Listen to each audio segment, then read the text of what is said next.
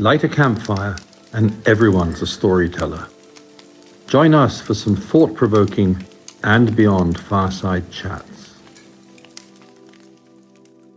Hello and welcome to Leave Our World a Better Place. My name is Kasha, and today I have something a little different for you. To celebrate the opening of and beyond Punakha River Lodge in Bhutan, I have asked 3 of the very special guests who are invited to come and experience the lodge prior to its official opening to speak to us about their first impressions of Bhutan as a destination and the lodge in particular. First up is Suhail Gupta, and beyond Managing Director for Asia, who will give us a behind-the-scenes glimpse into the history of the lodge and the challenges that his team had to overcome in the many years before the lodge could be officially opened. Suhail, thank you so much for taking the time to talk to us about and beyond's first lodge in Bhutan.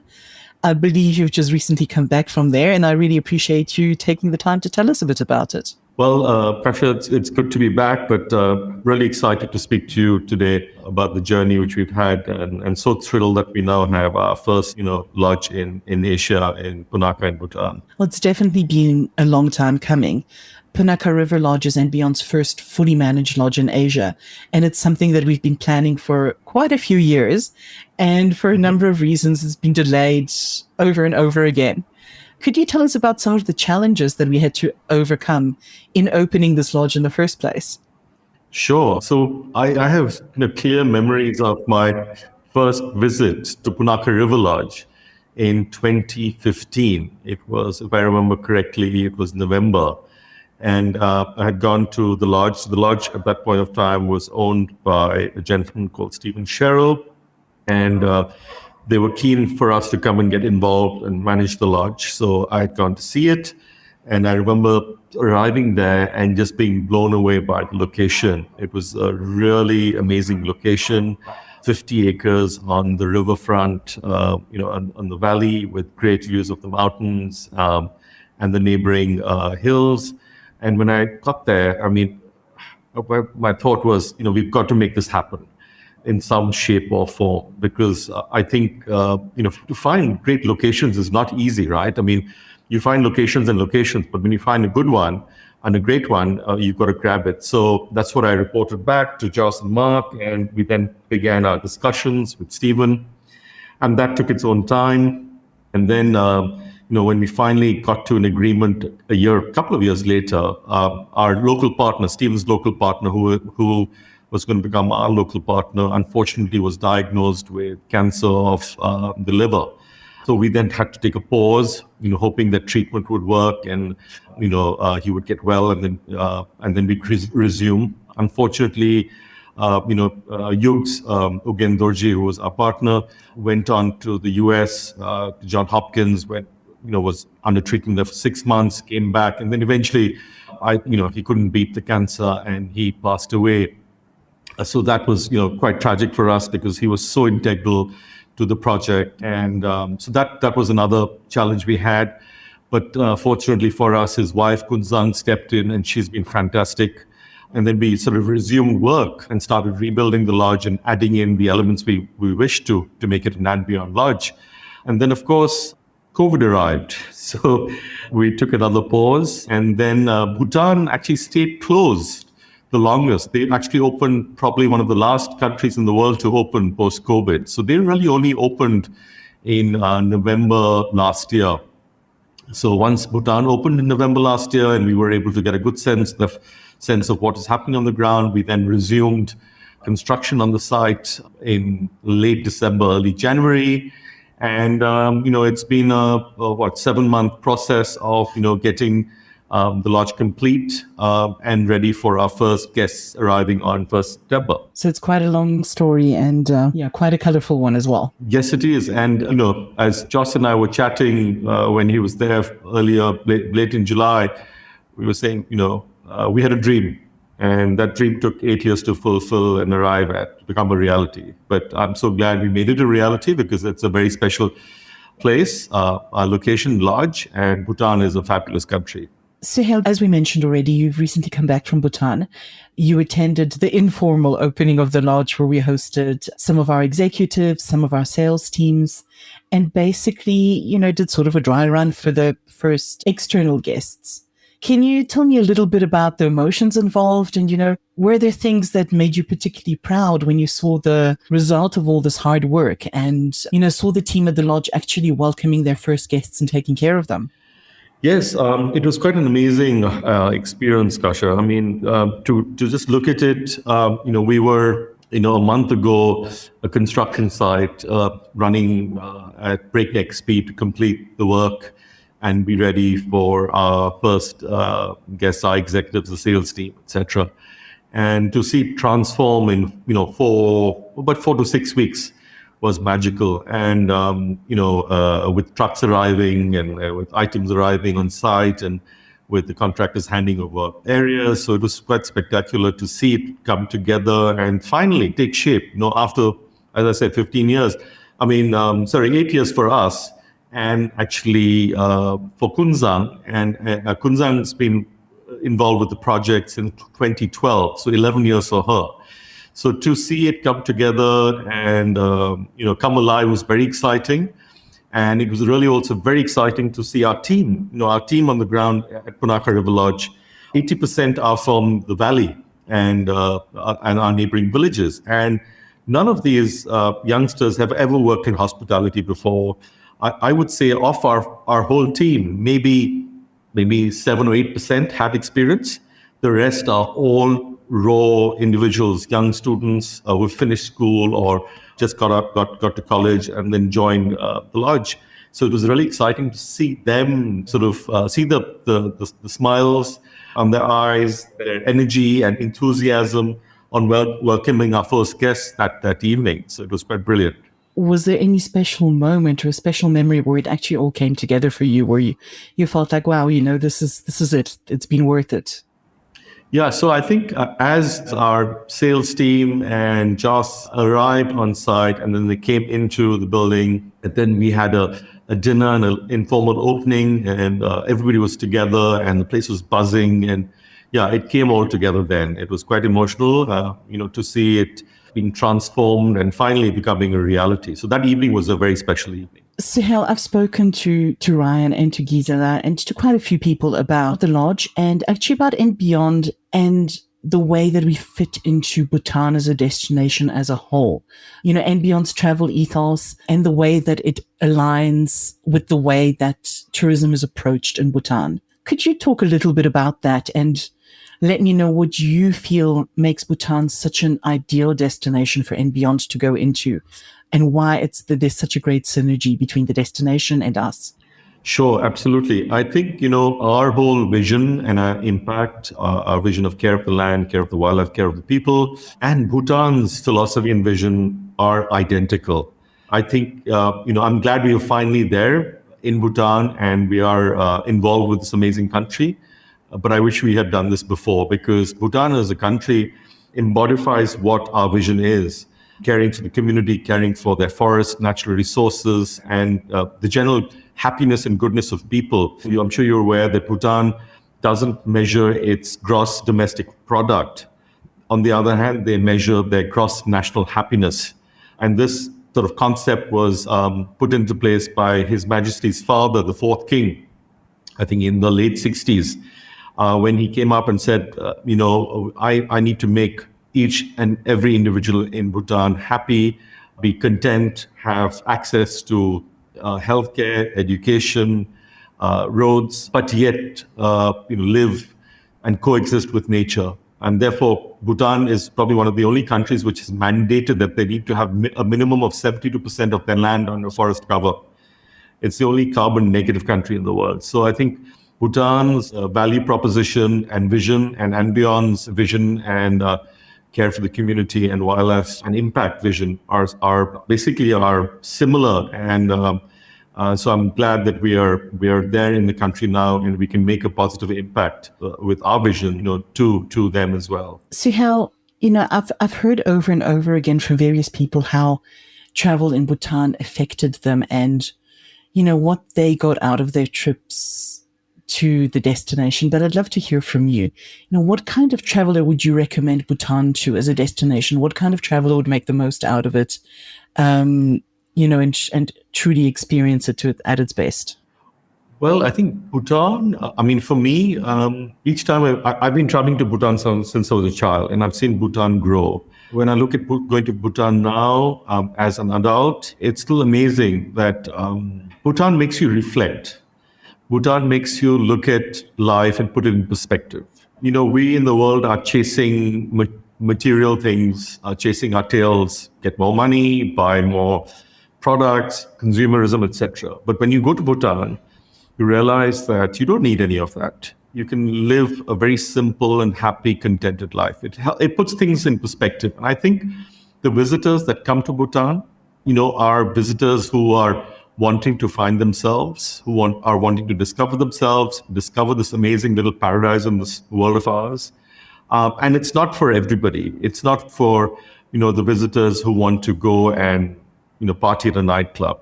It's not for visitors who want to go and shop on the high streets. It's for people who want to get into nature, who want to connect with their spiritual selves and really rediscover themselves and the meaning of life. I think that's what who Bhutan attracts. And those are the visitors that should visit Bhutan. That sounds amazing.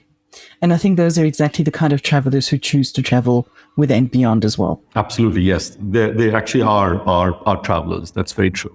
Well, Suhail, thank you so much. It's been a wonderful little glimpse, and I wish Punakha River Lodge every success, and I can't wait to have a chance to see it for myself. Thank you, Kasha. And yes, you must come and visit us soon. Looking forward to hosting you, soon. A guest who is especially well equipped to speak about how destinations like Bhutan are protecting their natural heritage and changing the face of travel is travel writer Gisela Williams, who has written for publications such as T Magazine, Travel and Leisure, The Wall Street Journal, and Departures.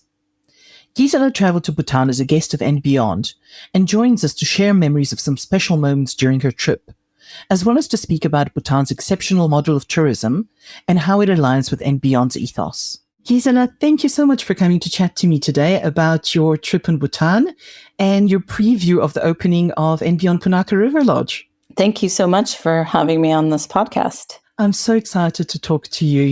You're really a legend as a travel writer, and you've had such a wide berth of experience.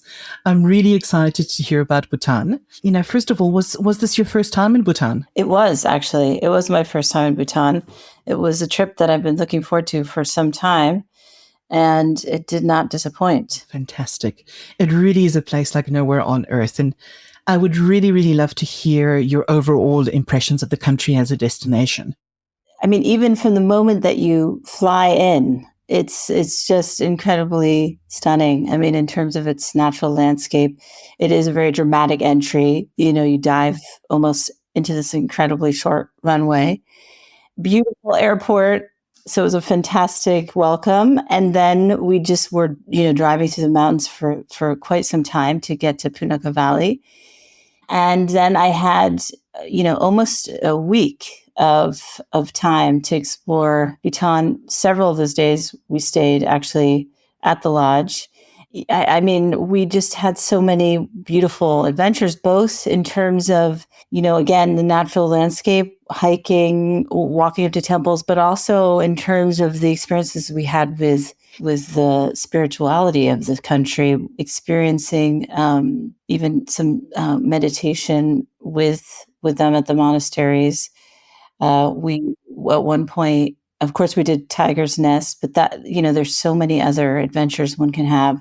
We also did, which is, I think, one of the activities that everyone will probably do when they visit the lodge is the river rafting experience, which was really so much fun. But yeah, no, I would say, you just kind of think, oh, it's wonderful to be in a country at this time, I think, in history when everything feels very stressful and chaotic, to be in a place like Bhutan where it just feels very serene, beautiful, green, and the people are just so incredibly kind. And so I think it's just a destination that feels so incredibly... That's a very special take on it. I think it's unusual that you find a place like that. It feels that way, doesn't it? But it really is, just such a special place. For me, really, it was this kind of combination of adventures in the mountains, in the valleys, and these experiences with the in the monastery. The kind of most wonderful moments we had were the interactions with the people of Bhutan. In fact, Joss and we went on a wonderful hike, and that was in the Gungtal Valley, through woodlands, by cows, past some beautiful little houses. And at one point, we kind of reached this view of the valley that was really stunning and came across this elderly gentleman who had taken apart a plastic bag and had then created these sort of strings out of it. And we stopped to ask him, what are you doing? And he said he was creating a rope out of this plastic bag for his cow. And he just happened to have one of the most beautiful views of the valley from there. And we just all kind of stopped in wonder and looked around us and thought, wow, this is just an incredible place to work, hashtag office for the day situation. And then we started a conversation with him, kind of asking about his life and how old he was. He was actually I think I remember him saying he was in his mid 80s, and he just looked incredibly healthy and well. And actually, after our conversation, Joss gave him his hiking stick, and we just had such a lovely moment with him. And then we continued on our walk there. So that was just one of many examples of these kind of lovely hikes into nature and interactions with the people. I loved also the walks that led up to these beautiful kind of remote monasteries. We went actually at one point to a Buddhist university that was so remote that they had told us that we were one of 2 guests that they'd had in 3 months' time. So it just felt like a lost, it does feel like this lost world. It really does. And I think that most of the kind of activities that one does, just really brings that home. Another thing that was kind of fantastic was that actually I was lucky enough to be there when the opening party occurred, and there was some traditional dancing taking place. And then the governor of the valley was there, and he made a little bit of a speech.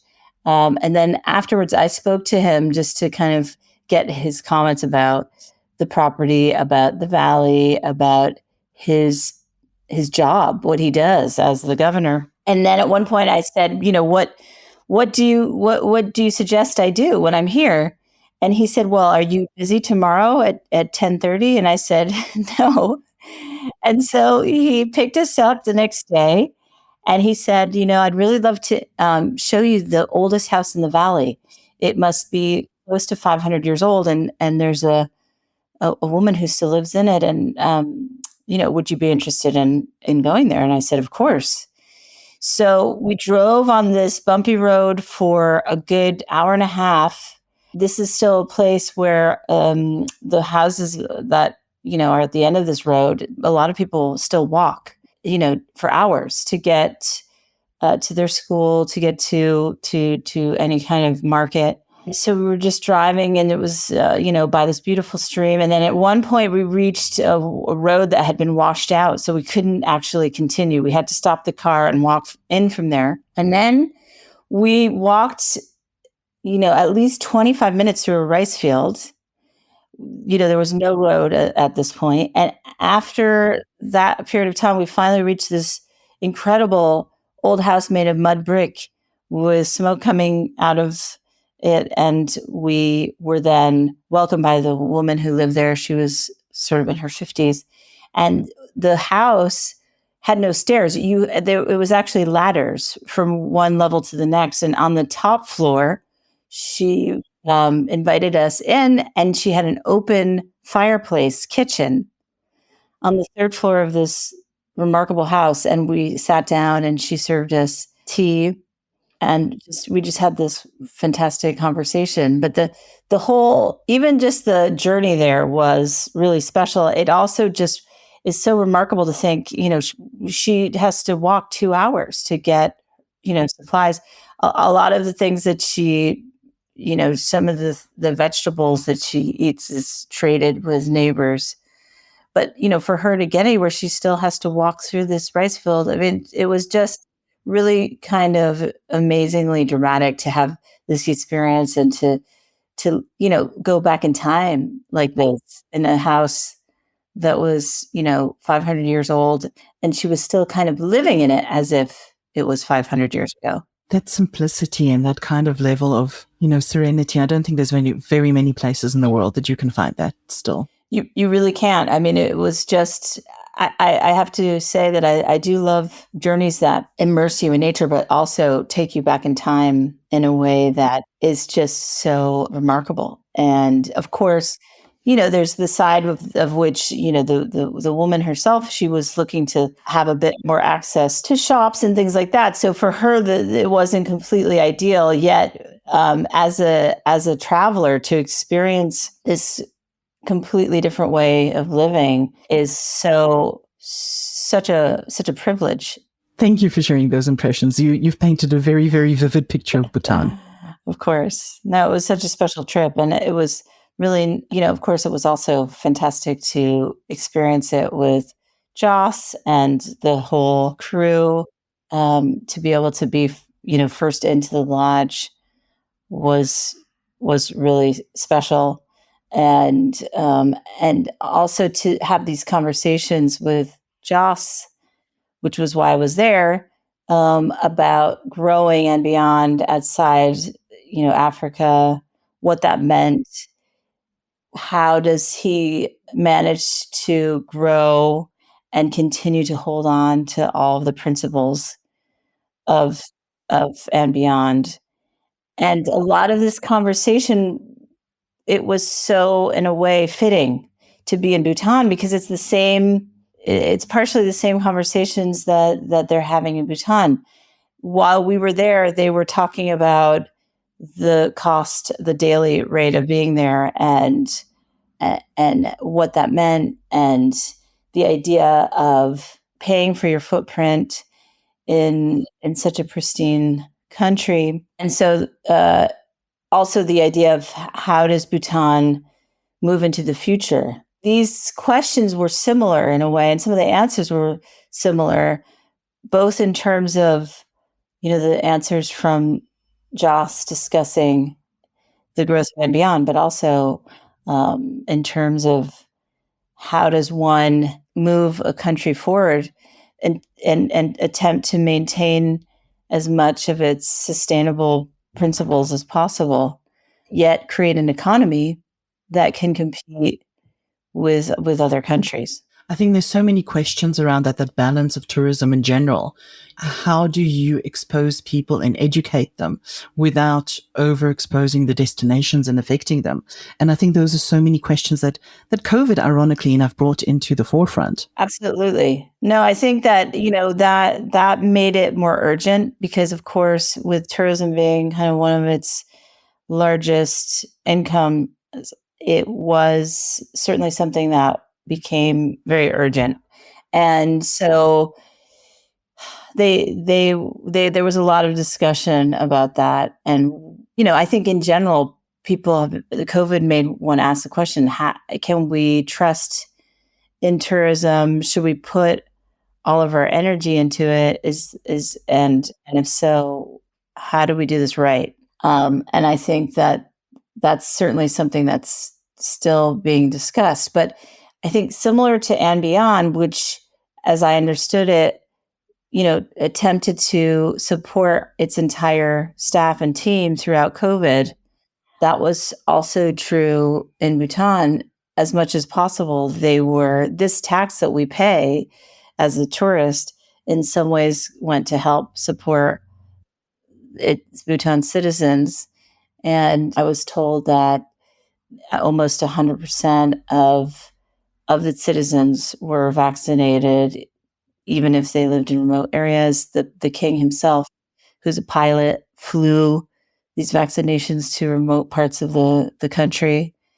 So they made it through very well. In fact, they had very few fatalities in Bhutan. But again, so this is another chapter. How will they move forward in the next decade or two? And what kind of tourism are they going to support? And how will they be able to use that income to support the country itself, the people that live there?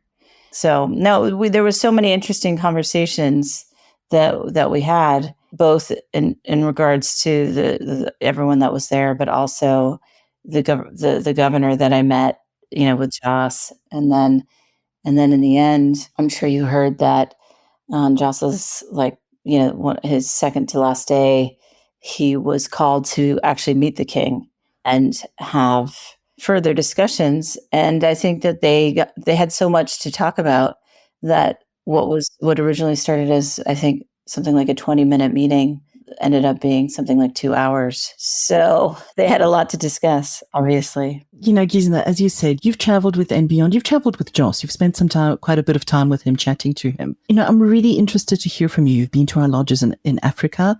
And then obviously you went to Punakha River Lodge, one of the few guests for the pre-opening almost. What are your impressions? How does Punakha compare to and beyond's African lodges? How does the company model translate? What were your first impressions of that? Well, I think that what and beyond is very good at is giving a sense of place, not just in terms of, something as superficial as the design, which they did a very good job of as well, but in terms of the people that work there. So in the Punakha Lodge, they have a huge percentage of the staff that come from the area. So we, from everything from, let's say, the dining experience to the service to the singing when you arrive, you just feel a very strong sense of place. I think that's always been true with and beyond and their lodges in Africa. But it was obviously another challenge when you enter a new country, and yet they did a really fantastic job with that. And I think that has to do with the partners they work with. It has to do with the efforts they make to bring on, like I said, a majority of locals to be part of the staff. And this idea of embracing that everyone is somehow a family, that was definitely also something that one could palpably feel, even with the nerves, raw from opening, which is, as everyone knows, really incredibly stressful and difficult. But everyone was, I think, thrilled to and celebratory when we had that opening party, which was a lot of fun. So yeah, no, in terms of comparing, I actually have only experienced Kenya, but of course that's like very dear to and beyond and to Joss as being someone from that country. But that was also clear. A lot of it feels personal because for Joss, I know that Bhutan is really a special place and very dear to him. So I think this kind of personal feelings for these places, this wish to protect and also support these places and the people that live there is something that is very much a common thread, no matter where the lodge may be. And I think that there was really like a lot of excitement because obviously and beyond is having it's having a growth moment. There's going to be a lot of news coming out in the next few years about new lodges outside of Africa. So it was super exciting to be at one of the first such lodges. And I felt like it was very appropriate that it was Bhutan. Obviously, in terms of the actual day-to-day running of the lodge, obviously the and Beyond model is very, very much built around safari and the activities that surround that. What about the activities at Punakha at the lodge? Did you find that it was sort of translated enough that there was enough to keep you busy? And you mentioned the river rafting. What else did you do? What else is there to makes the best of that particular location as opposed to a safari location? Well, it's very different because you're not searching for the big five in Bhutan. Instead, you're going on these remarkable walks, hikes up into the mountains, meeting with monks in temples. We went to actually a nunnery as well, experiencing the Buddhist culture rather than let's say the wildlife. That said, of course, there's I think any birder will be thrilled to spend some time in Bhutan because there's remarkable bird life there. In general, it's actually more about experiencing the culture and meeting the people in Bhutan. But there's absolutely plenty to do. There's no question. Just in Punakha Valley itself, we could have gone again to the river rafting. In fact, one of our guides told us that they were supporting a couple from Germany they were going to do like a 5-day river rafting trip, which sounded amazing. So that's obviously something very exciting about being in Bhutan. But for me, it was really about the culture, experiencing Buddhism to that extent in a place with those remarkable stories and its history, and having that as your goal at the end, this sort of spiritual moment at the end of your hike that made it feel so worthwhile. It's very much of a learning, I think. I'm pretty knowledgeable about Buddhism, but this was sort of living it every day. Gisela, obviously there are certain destinations that appeal to certain people. So having had that experience in Bhutan, in the context of your extensive experience of travel, who would you recommend Bhutan to? What kind of traveler? And what would you say to somebody who was thinking, well, should I or shouldn't I travel to this destination? Well, we had some conversations about that while we were there, because I think a lot of people are talking about, especially after COVID, what kind of long haul travel is worth the trip when you're someone who's concerned about the footprint that you're leaving. And I truly believe that what's happening these days is that certain travelers are asking that question and then making these really special journeys that are once in a lifetime. And I think that Bhutan is such a journey, in that it is such a special place and you have such remarkable experiences, both, like I said, in nature and with the Buddhist culture, that you just feel, I felt after 1 week there almost like I'd been there a month because of all the experiences I had had. And so I definitely would say, if you're going to do a long trip like that, Bhutan is 100% worthwhile as a choice. If you were going to do one special journey, in 2024, that would be the one I would certainly recommend. And in terms of the people that I think that such a trip really makes sense for, it's, again, this is not a big five safari. Instead, it's truly like an immersion into such a special spiritual culture, as well as one that has just such pristine natural landscapes. I believe that during COVID, a lot of people felt well when they were walking in nature. I think that's something that a lot of people learned about themselves. And so to me, I would rather spend a week walking in the mountains of Bhutan than spending it in a spa. To me, that is really something that makes you feel incredibly well on every level, in terms of your physical health, but also in terms of your mental well-being.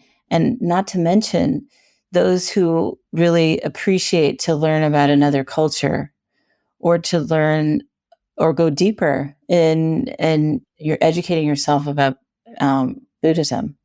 You know, the way you summed up Bhutan, because without fail, every single person I've spoken to who's gone there for the first time, those are exactly the things that come out. The sense of spirituality, the sense of wellness, and the sense of just, a place where you can just be with yourself. So that's definitely a very, very strong theme. Yeah, no, for sure. And I don't want to forget to mention that the guide that we had, Tashi, was remarkable. I mean, he was such an intrinsical part of the journey and the adventures that we had. So knowledgeable, so thoughtful, always there. And that was something that is also specific to and beyond, to be able to find these remarkable guides that really help you understand things more, engage with people, translate, the language, and, kind of escort you through all these adventures.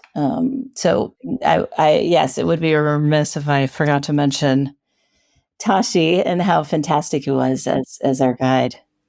Oh, wonderful. I'm sure he'll be very happy to hear that he made an impression. He was great. Gisela, well, thank you very, very much. I think that's been a wonderful little bit of insight and a glimpse of your time in Bhutan and your impressions. I appreciate it very much. Thank you. Of course. Thanks for having me.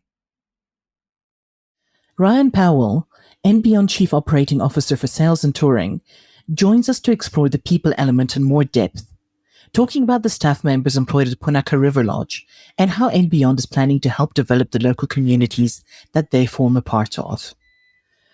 Ryan, thanks so much for agreeing to chat to us today and share your first impressions of Punakha River Lodge in Bhutan. Morning. Great pleasure. You were one of the lucky group to be one of the first few visitors at Punakha. And I'm really dying to find out from you, what were your first impressions of the lodge? I think overall it was what is the first impressions of Bhutan as a kingdom. It's a really, really special place. The lodge itself, though, what makes it really special is instead of being up perched on the mountains where only one of your senses is being tickled, Punakha River Lodge is located down in the valley, and you're surrounded by a river, and you look up through the trees onto a mountain. And so when you wake up in the mornings, you've got these beautiful crisp clouds that are sort of circulating through the mountains. And when those clouds lift, you've got snow-capped mountains right in front of you. It's a special place, and it's made more special by the people. Of the and beyonders that are employed there, we've got 35. Of those 35, 90% come from that local community. And that local community, a lot of those staff members, this is their first job. And what was fascinating is that when the team came on board, the team, some of them had never seen sparkling water before or an iron. And the thing that I took away is that even coming off that base, they delivered an experience that was comparable to anything that we deliver in Africa or South America. And it's because it was delivered with heart. The team there really were astounding. That's amazing. That's really something to be proud of, especially with a team that's that fresh and brand new. Yeah, I know. It made me really proud. And obviously the people are a big element, but how did you feel that the model that And Beyond has become so well known for in Africa and South America has been translated onto a third continent? What are the golden threads and the familiar feelings, and also what's new and fresh about it? Well, the model is care of the land, wildlife, and people. And the people element over here is a big one. It doesn't matter when you go into a community in Africa or a community in South America or a community in Asia. Some of the challenges those communities face are exactly the same. It's employment or unemployment. It's development. It is education. And those are the cornerstones of what we do within our foundation. So the employment, obviously, that one is taken care of from the lodge itself. And Beyond has already identified a school in need that we are going to be working with. And our first project that is going to be tackled through our impact levy is going to be the provision of computers to the school in need, which is really exciting. And then the second one is that the community has identified that they need a new road, which is very close to where Punakha River Lodge is, and they don't want to impact on guests. And they've asked us if we could assist improving that road. And so the conversation we've had with that community already is we will provide the materials, and then we will employ the community to do the road, so that in addition to getting the road, there's additional revenues and funds that are trickling through the economy. Ryan, was this your first trip to Bhutan? And, just your first impressions of Bhutan as a destination, what really blew you away about it, and what kind of traveler do you feel that it would really appeal to? Yeah, it was my first trip to the kingdom. Yeah, I've been talking a lot about this for the last few days. Bhutan really surprised me. I think the first surprise is how few straight roads there are in Bhutan. Man, it's hilly. The second thing that really took me back is, and I can only explain it as it being the antithesis of, when you walk into the explanation, if you walk into a meeting and you can feel the tension that sits in a meeting, and it's going to be a tough meeting. Bhutan has the total opposite feeling to that. No matter where you are, at any point in the day, everything just feels at ease, and it feels like everything belongs. And there's a wonderful synergy between the people and the nature. And we were there with our trade sales team.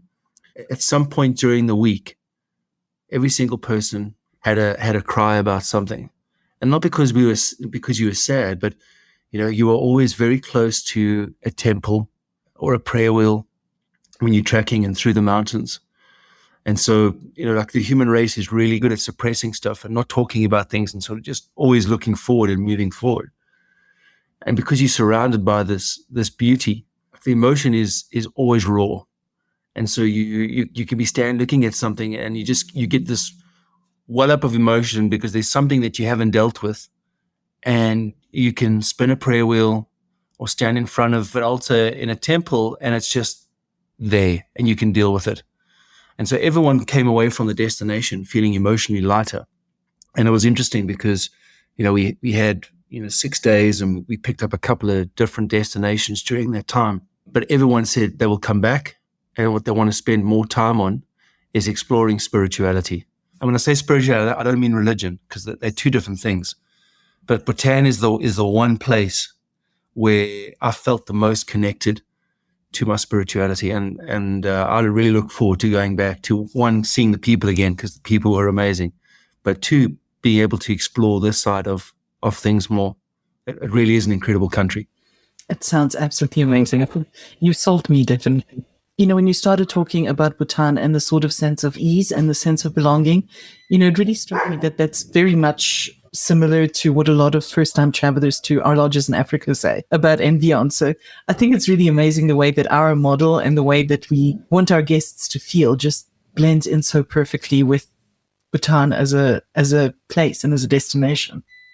Yeah, I mean, the people and our staff members, you can feel the ambience.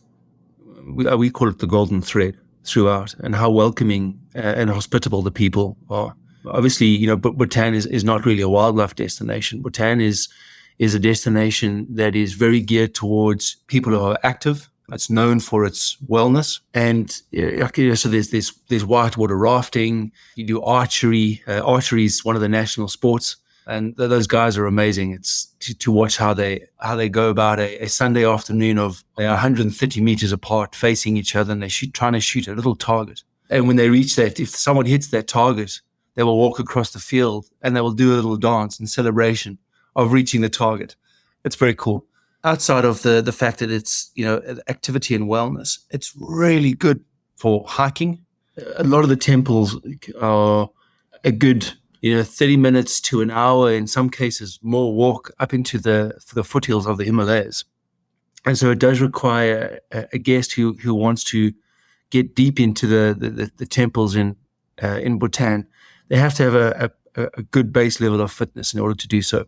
There are times when the altitude can be a little bit problematic, but that's where Punakha River Lodge is blessed. It sits at a lower altitude than most other places in Bhutan. So those are for me the three main tenets. And speaking to the team at Punakha River Lodge, and goes back to the earlier part of the conversation, is we want to add an element around spirituality and being able to explore that when guests are at the lodge. Ryan, having had an overview of Bhutan and sort of, even if it was a little bit of a whirlwind tour, how would you position or how would you sell Punakha River Lodge as fitting in to the ideal Bhutan itinerary? What is it? How does it stand out? Why is it, what does it offer that the other places don't offer? And what does it combine with so very well? Well, so I think, so Bhutan is pursuing a model of low volume, high quality tourism. And when they reopened in 2022, they introduced a daily fee of $200 per day. Most people don't know is that $200 a day reduces as you stay longer in the country. And if you're in the country for 10 days, you're not paying that daily fee. And so I really think, the first thing for me is when we are looking at Botswana as a destination, most people will combine it with the likes of India and Bhutan, or Bhutan and sometimes Nepal, but most likely India and Bhutan. Where guests have the ability, I would strongly recommend they are spending 7 to 10 days in the destination. You're flying from Delhi into Paro, which is the main airport. That is the gnarliest landing I've ever seen. One moment you are skimming through the clouds and you can see the Himalayas on the left-hand side. And as you drop down through the clouds, you are just enveloped by the foothills of the Himalayas on either side of you. And then you sort of come in and you land, and it's a pretty quick landing after you drop down through the clouds. But from an itinerary standpoint, guests, if they arrive early enough, they will go to, they'll probably end up driving through to Thimphu as the main city, because it's at a slightly lower altitude. And they'll spend a night or 2 nights there just exploring the surrounds.